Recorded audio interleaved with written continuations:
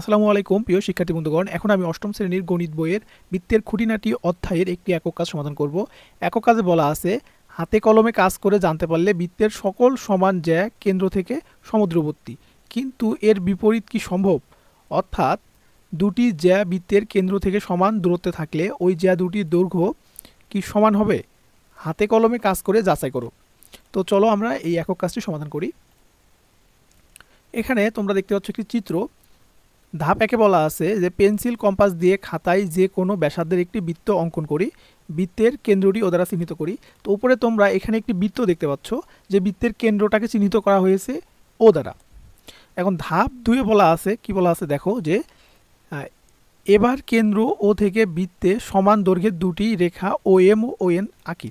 তাহলে এইখানে আমাদের এটা হচ্ছে বৃত্তের কেন্দ্র, এখান থেকে সমান দৈর্ঘ্যের দুইটি রেখা আমরা নিব, একটা হচ্ছে ও এম আর একটা হচ্ছে ও এন। তাহলে এই ও এম আর ও এন এই দুইটার দৈর্ঘ্য সমান হতে হবে। ধাপ তিনে বলা আছে যে এবার ও এম ও ও এন রেখাদ্বয়ের উপর যথাক্রমে এ বি ও সিডি লম্ব জ্যা আঁকি, তাই না?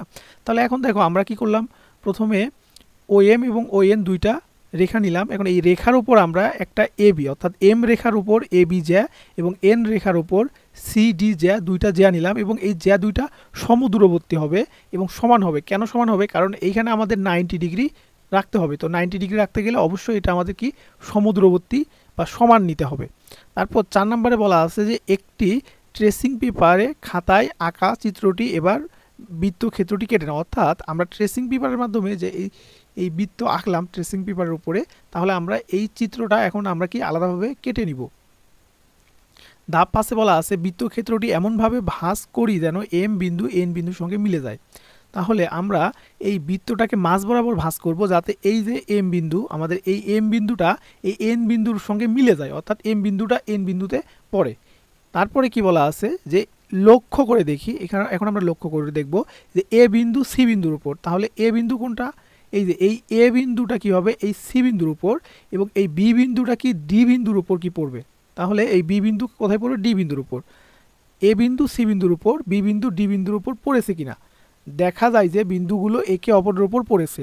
এরপর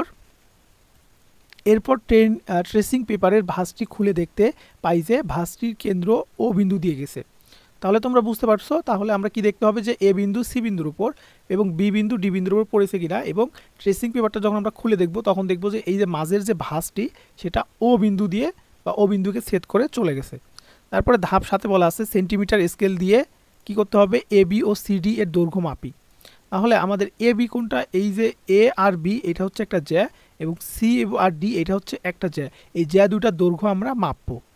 মেপে দেখি যে এ বি আর সিডি সমান। তাহলে মেপে দেখলে কি দেখবো আমরা? এই যে এ বি এর দৈর্ঘ্য আর সিডি এর দৈর্ঘ্য কি হবে? সমান হবে। এখন আমরা সিদ্ধান্ত নিব। সিদ্ধান্ত হচ্ছে কি আমাদের বৃত্তের কেন্দ্র হতে সমদূরবর্তী সকল জ্যা পরস্পর সমান।